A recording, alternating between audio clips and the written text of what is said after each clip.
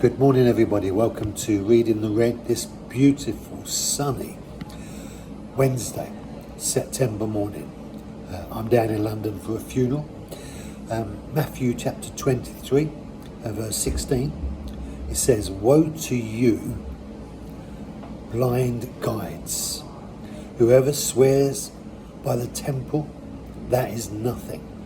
But whoever swears by the gold of the temple is obligated." Now, Jesus presents to us the valuation system of the Pharisees in their innermost being. He presents to us their insight. They saw, in effect, the temple as something, but they saw the gold in the temple as something more.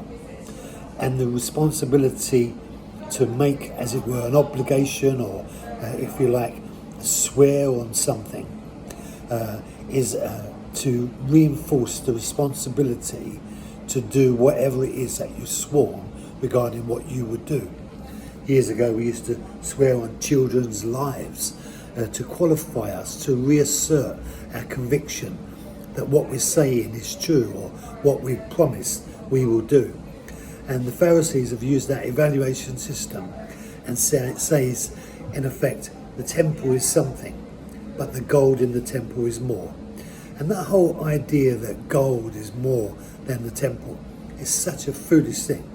But even more foolish is the whole journey of swearing by something to re-emphasize the loyalty and the commitment that you are, in effect, offering by way of a promise to someone to qualify that your promise is worthy to be received.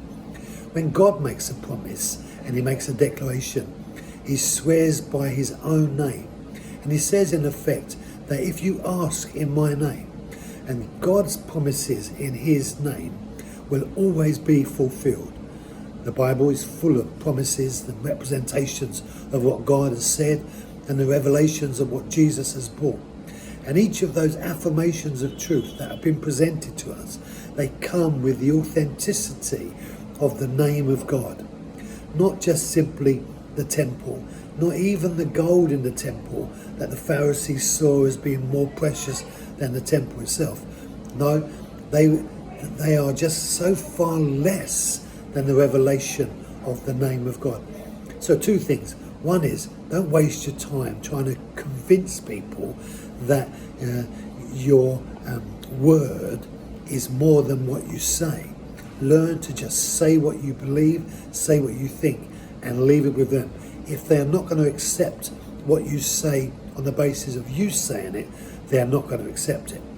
But secondly, don't get caught up into thinking that stuff or material things are more important than spiritual things. They truly are not.